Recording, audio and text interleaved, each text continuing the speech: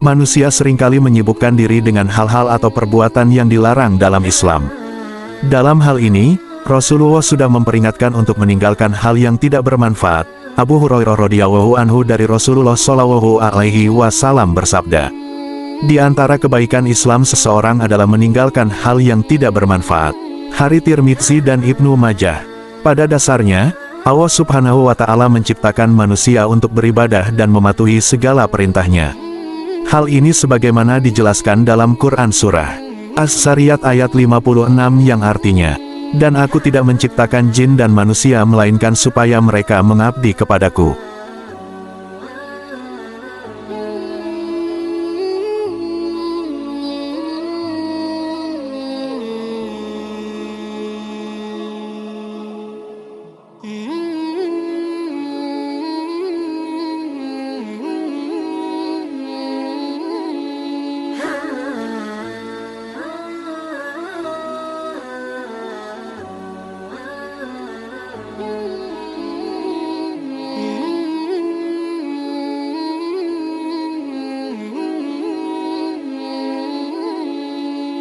Dua, Hari Kebangkitan atau Yaumul Ba'ats.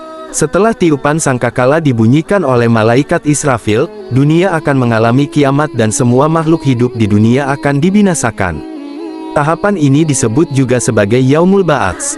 Kemudian, malaikat Israfil akan meniupkan kembali sangkakala kedua yang akan membangkitkan semua makhluk hidup di dunia. Tiupan sangkakala kedua tersebut menjadi tanda hari kebangkitan dimulai.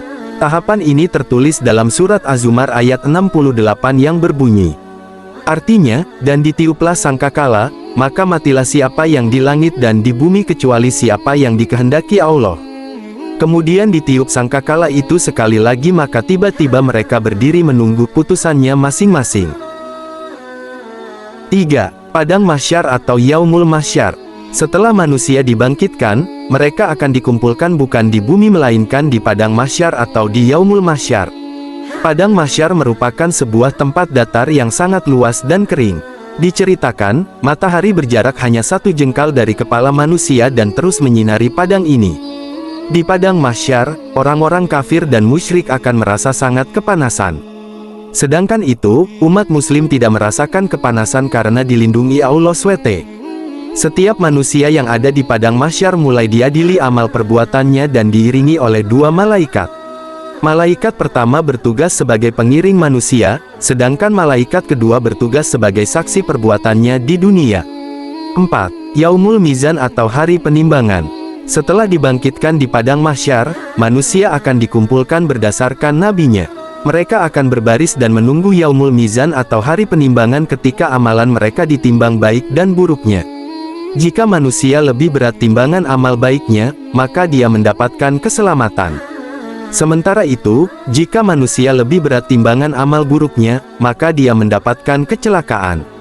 Tahapan ini tertulis dalam surat Al-Anbiya ayat 47 yang berbunyi, artinya, kami akan memasang timbangan yang tepat pada hari kiamat, maka tiadalah dirugikan seseorang barang sedikit pun.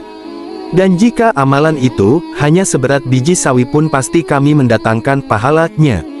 Dan cukuplah kami sebagai pembuat perhitungan. Amal perbuatan manusia kemudian dihitung di Yaumul Hisab atau hari perhitungan.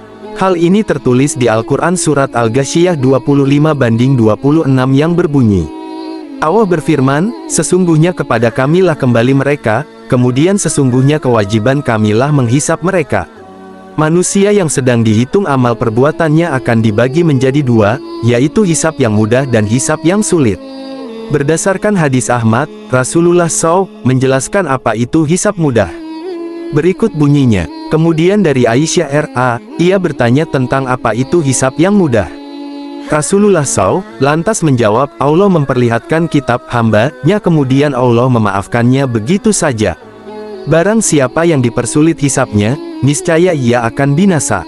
Hari Ahmad. Selain dalam surat Al-Ghasyiyah, tahapan ini juga ada pada surat Az-Zalzalah ayat 7-8 yang berbunyi, artinya, barang siapa yang mengerjakan kebaikan seberat zarah, niscaya dia akan melihat balasannya. Dan barang siapa yang mengerjakan kejahatan sebesar zarah, niscaya dia akan melihat balasannya pula. 6. Jembatan Shirathol Mustaqim. Kehidupan setelah kematian berikutnya menurut Islam adalah melewati jembatan Shirathol Mustaqim. Jembatan ini konon hanya memiliki lebar sekecil rambut dan sulit untuk dilewati. Orang-orang yang lolos menyeberangi jembatan ini akan masuk ke surga, sedangkan orang-orang yang jatuh akan masuk ke neraka. Bagi manusia yang timbangan amal kebaikannya tinggi, ia akan mudah menyeberangi jembatan ini. Sementara itu, manusia yang timbangan amal kebaikannya sedikit akan kesulitan menyeberangi jembatan ini. Tahapan ini ada dalam surat Al-Baqarah ayat 111 yang berbunyi, artinya, dan kami akan mengambil dari setiap bangsa seorang saksi dan berkata, tunjukkan buktimu, dan mereka akan mengetahui bahwa kebenaran adalah milik Allah, dan kehilangan dari mereka adalah apa yang biasa mereka buat.